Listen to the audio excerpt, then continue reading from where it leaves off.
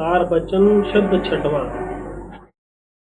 जाग चला सूरत सोई बहुत, काहे को पूंजी अपनी खोत। सारी दुनिया जो है सोई पड़ी, अज्ञान रूपी नींद में सब सोए, और ये दुनिया का सारा सामान एक स्वप्नवत हम भोग रहे हैं। अकस्मात ही इस दुनिया में आना, अकस्मात ही माता पिता आदि के सब बढ़ने, अकस्मात ही स्त्री कुटुंबादि कबीले जुड़ जाना, और जाते समय में अकस्मात ही यहाँ का यहाँ छोड़ के चले जाना। कई जन्म जो है हम किसी के माता पिता आदि हुए होंगे, और कई जन्म जो है हमारे माता पिता कितने ही हुए होंगे। कोट्यानुकोटि युग और जन्मों से शरीर धारण करके इस दुनिया में आना, अज्ञान वशात जो है कर्म करना, फिर दुनिया का पाप रूपी बोझ सिर पर लदना, और उसी संकल्प के अंडर में अपना शरीर को त्यागना, फिर 84 के भाग। आजकल का नहीं, ये कब जो है इस दुनिया में आया हुआ इसका कोई प्रमाण नहीं मिलता जी। पकड़ ले सतगुरु की तू ओट, नाम बहादुर करो सब खोट। इसलिए संत महात्मा जुगान जुग से जो है इस दुनिया में आने का उनका कारण क्या होता है? हम सोए हुए जीवों को जागृत करने के लिए। तो अब क्या कहते हैं कि तू सद्गुरु का ओट या उनकी सहायता मदद लेके तू नाम के साथ मिलके इस भ्रमजाल और स्वप्न से दूर हो जा, यानी इस अज्ञान रूपी नींद से जागृत हो जा। बार बार वो जागृत करते हुए बहुत से लोग जागृत हुए जैसा तो दिखते हैं मगर अंदर सोए हुए, जैसा एक बाहर, अंदर तो जो है जागता है और बाहर का सोए का ढोंग लिया है। किसी ने जाके उसको जग उठ करा, फिर उधरे पड़ा। उसको जागना नहीं है, उसी वक्त जागे जैसा किया मगर जागा नहीं। और संत जन हमको जागृत करने के लिए आते हैं दुनिया में, और तो कोई उनका काम नहीं रहता। इसी तरह सत्संग द्वारा, भजन द्वारा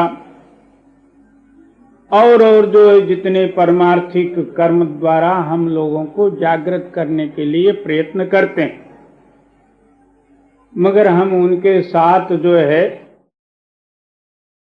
ऐसे ही जागे जैसा ही ढोंग करते हैं और फिर भी सो जाते। सत्संग भी श्रवण कर ले और भजन किया जैसा भी करते हैं, मगर जागृत होते नहीं। कर लेना सब, जैसा नींद वाला किया, क्योंकि अंदर उनको उठने का हेतु नहीं है। बाहर से किया फिर उधर ही सोया। इस तरह जो है उन्होंने कितना भी जागृत किए तो भी हमारी नींद नहीं उड़ी। और पकड़ ले सतगुरु की तू ओट, नाम बहादुर करो सब खोट। काल अब मारे छिन छिन चोट, शब्द संग डारू कर्म की पोट। एक एक सेकंड सेकंड मात्र में काल अंश रूपी मन के संकल्प विकल्पादिक या इंद्रियों की भोग लालसादिक रूपी काल के चोट लगते ही जाते हैं, फिर भी ये जागृत नहीं होता, उन दुखों को ही सुख मान बैठा है।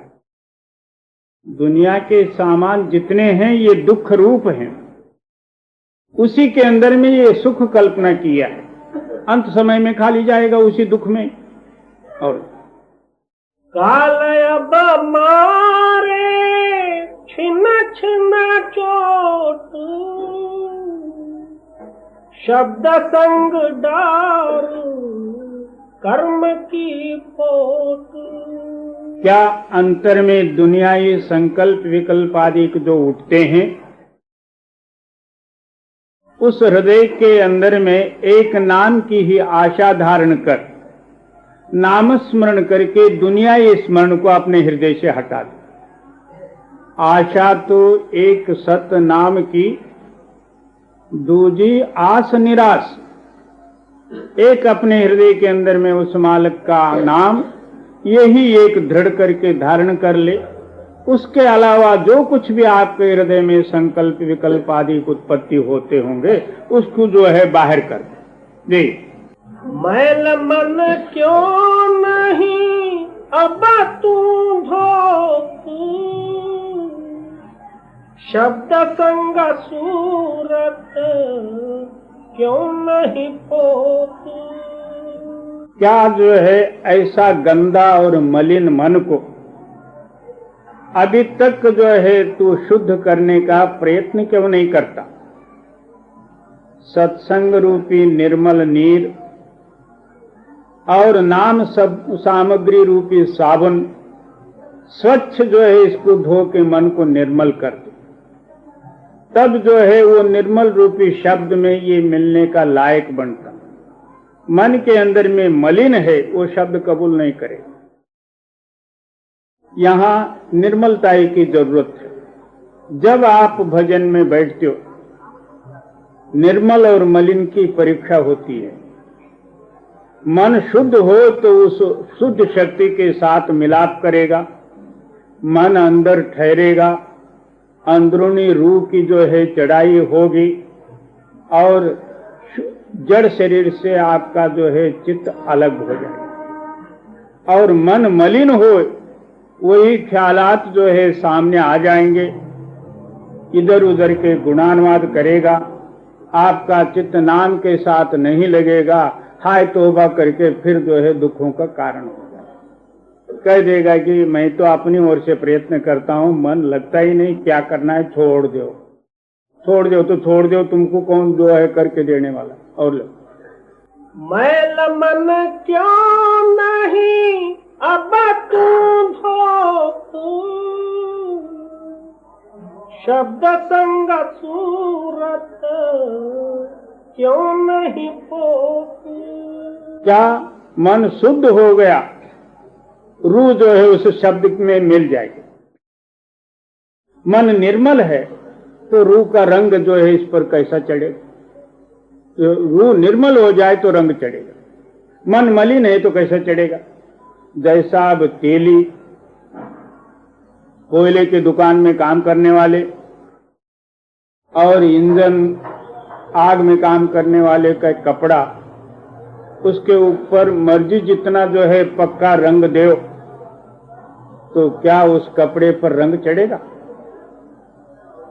उस पर एक ही रंग चढ़ सकता डांबर का और दूसरा कोई रंग नहीं चढ़े।